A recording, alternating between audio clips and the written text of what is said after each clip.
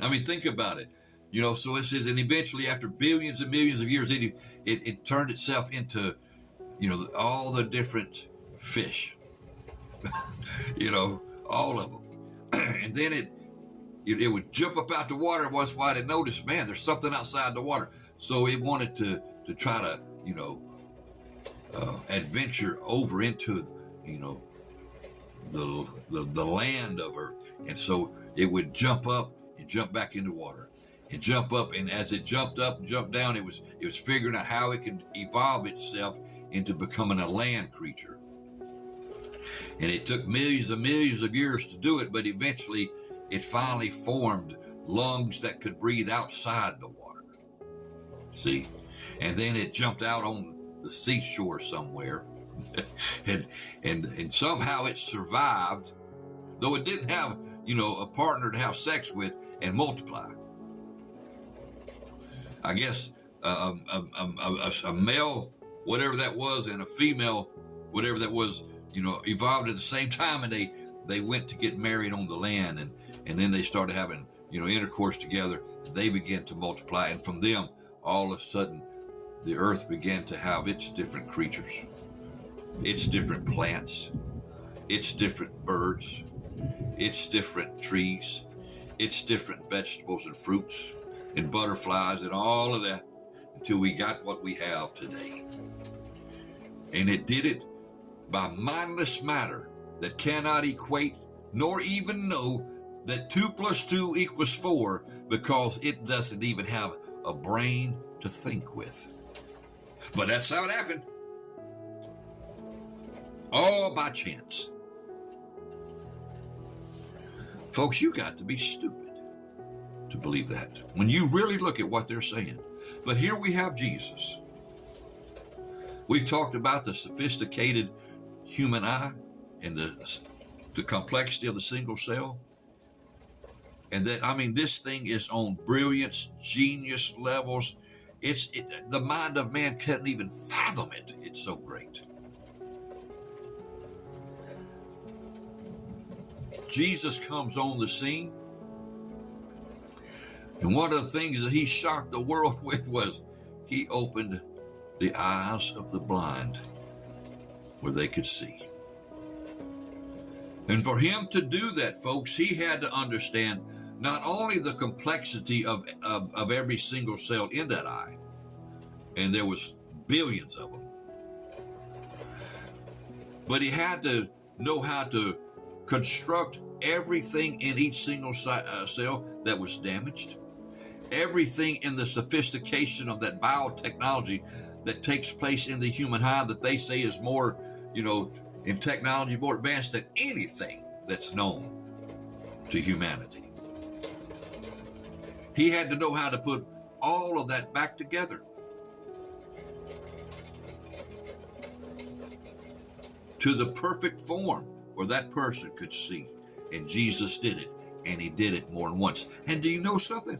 It took him that long to do it. It didn't take him billions and millions and millions of years to take those dead eyes, turn them back into living eyes of living organisms, of, you know, millions and billions of complex single cells, plus the technology of the human eye itself.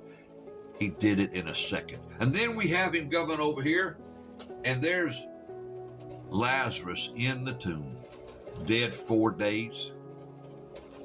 He's now in rot stage. There's probably some maggots forming, other kind of, you know, death creatures that show up when the body's rotting. He's stinking. Nothing pretty about death, folks. It's a curse.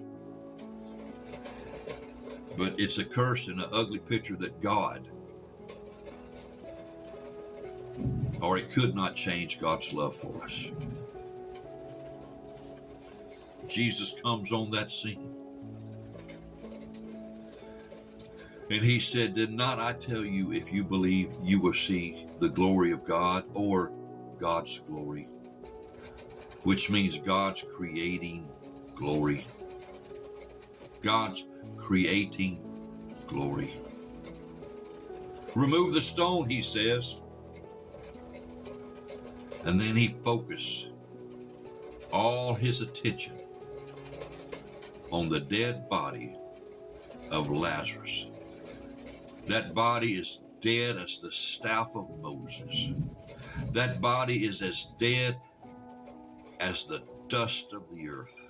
Every single cell in it, dead as dust, non-functioning, deformed, decayed, in corruption. And yet Jesus rolled away the stone, he says, and through the word of his power and glory, as God is known to have. For his word was with power. And in the beginning God said, and it was so. And in the beginning God said, and this creature was so. And in the beginning God said, and that creature was so. And in the beginning God said, and those plants were so. And so on and so forth. In the beginning God said, and it was so. And then God said, let us make man in our image and after our likeness. And God made man out of the dust of the earth. He formed his body. From the complexity to the single cell that, came together in the formation of everything in the human body. And that in itself, scientists say, is baffling. But yet Jesus comes up to that dead body, dead as the staff of Moses, dead as the dust of the earth, and says, man, Lazarus, come alive. And the glory that you and I could not see in the natural world, but you can see it in the spirit world, it left from the insides of the Son of God's anointing out his mouth, and it went to Lazarus, and from the crown down it began to immerse the creative glory of God in every single cell. And there's trillions and trillions and trillions and trillions and trillions and trillions and trillions and trillions and more trillions in the human body. And in each single cell that we've talked about, it's more complex than everything going on in New York City at any given moment.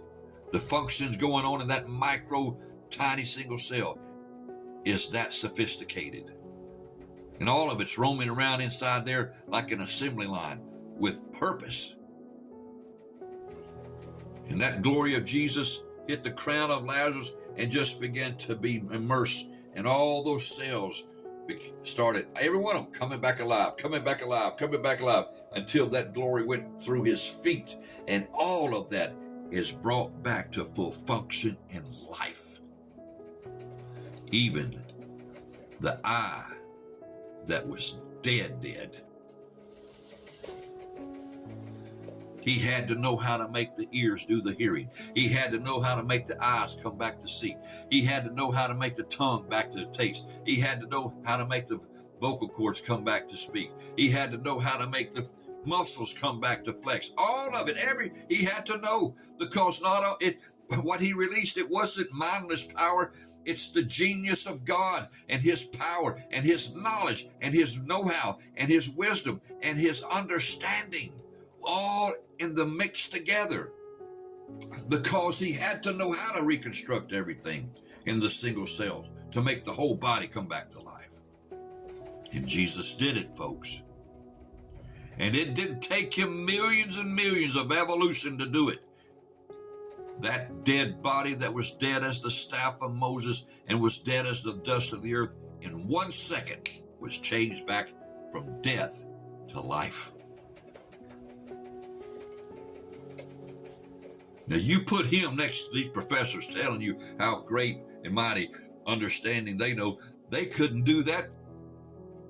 But Jesus not only knew what they knew, but so much more, and was able to put it all back together in its original functioning state. All the sophistication, all the complexity in every single cell.